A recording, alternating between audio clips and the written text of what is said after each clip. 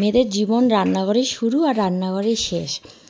Good morning guys, কেমন আছো সবাই? আমি খুব ভালো আছি মানে বলতে ওরকমই চলছে, কারণ আজকে অনেক সকাল সকাল উঠেছি আর উঠে ভেবেছি বরের জন্য নাস্তা রেডি করব।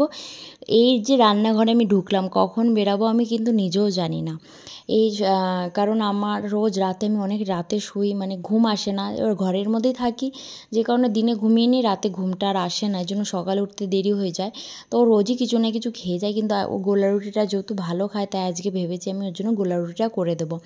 তার জন্য আমি একটু আটা গুলে, মানে একটু চিনি দিয়ে ভালো খায়, মিষ্টিরা খুব প্রচণ্ড ভালোবাসে, তা আমি তার জন্য ভেবেছি এটা একটু গোলা করে রেখে দিই, তাহলে একটু ভালো হয়ে যাবে। তো আমি ওটা রেখে দিয়েছি, আর এদিকে আমি জল খেয়ে নিয়েছি, কারণ আজকে আমাকে ভিডিওতে আমি নিজে দেখে নিজে অবাক হয়ে গেছি যে আমি এত মোটা হয়ে গেছি, মানে ধারণার করার বাইরে। আমি এতদিন ভাবতাম হ্যাঁ আমি মনে হয় এতটাও মোটা না, কিন্তু আজকে আমি জানি না কেন আমার মনে হচ্ছে যে আমি অনেকটা মোটা হয়ে গেছি। এদিকে আমার বর আর আমি দুজন মিলে কাজে লেগেছি, কারণ ও আমাকে সকাল সকাল একটু সাহায্য করে দেয়, আর স্পেশালি তো চাটা আমি ওর হাতেই খাই, যাই হয়ে যাক না কেন। চা আমি নিজে বানাই না, চা ওকে দিয়ে আমি বানাই, ও খুব ভালো বানায়, আর প্লাস চা বানাতে আমার খুব আলস লাগে। বাকি সব কাজ আমি করে নেবো। উঠেই দেখি এক গাদা বাসন, সব বাসনগুলো আমি মাজতে লেগে গেলাম, মানে সব করলাম। আমি যতই এই রান্নাঘরটা পরিষ্কার করি না কেন, কী জানি কেন এরকম হয়ে যায়, আমি বুঝি না। আমার জিনিস বেশি বলে নাকি, আমি রোজ পরিষ্কার করি তারপরও এরকম ফেলিয়ে যায়। এদিকে কী বলতো, জলের মাটকি বাটকি চলে আসে, এমনি স্পেসটা অনেক বড়, তারপরে আমার মনে হয় কি একটু মনে হয় যদি রান্নাঘরটা বড় হতো তাহলে হয়তো ভালো হতো। আমি একটা অনলাইন থেকে অর্ডার দিয়েছি বাসন রাখারই, এখনও পর্যন্ত এসে পৌঁছায়নি, আর আমার বর এদিকে জল ঢালছে। আর আমাদের এইগুলোতে ছোট ছোট করে জল রাখতে হয়, কারণ কিছু করার নেই, এখানে জল অনেক দিন পর আসে, তাই যা পারি তাতেই ভরে রাখতে হয়।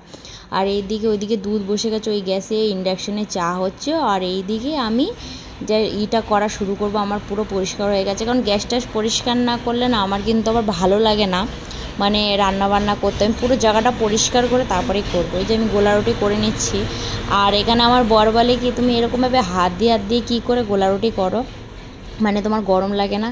আমি বললাম মেয়েরা সব পারে করতে, আর আমার সহ্য হয়ে গেছে, এখন আমার আর কিছু লাগে না।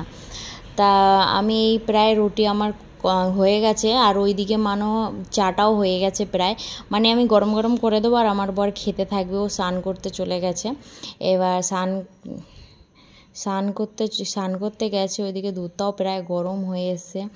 আর আমি রাতে যেহেতু তেল লাগিয়ে শুই, তাই চুলটা বেঁধে শুই, কারণ আমার চুলটা মানে প্রচণ্ড পরিমাণে এখন মানে হতে লেগেছে। এর জন্য ভাবলাম চুলের যত্নের সাথে সাথে একটু শরীরটার যত্ন নিতে হবে। তাই আমার বরকে বলছি একটু জিমে কথা বলো, আমি একটু জিমে ভর্তি হব। এদিকে আমার বর একটু আমাকে ঝাড়ু লাগিয়ে দিচ্ছে, বলছে ভিডিও করো না, লোকে কী ভাবছি, লোকে কী ভাববে যদি হাজব্যান্ড ওয়াইফ দুজনে মিলে কাজ করে, লোকে কী ভাবার আছে। আমার কি বলো তো, ঘরগুলো এত বড় বড় না, আমার একা মানে সব কাজ করে উঠতে হেভি হয়ে যায়। জানি বাড়িতে একা বসে থাকি, তারপরেও ওইটুখানি মানে হাতে একটু করে দেয়, এটা তো ভালোবাসা বলো, আর কিছু না। এদিকে দেখো আমার গোলা রুটিগুলো আমি এখানে ঘুম থেকে উঠেই খেতে বসে গেছে। তো চলো আজকের মতন বাই বাই, আবার দেখা হচ্ছে নতুন একটা ভিডিওতে। সবাই ভালো থেকো, সুস্থ থেকো।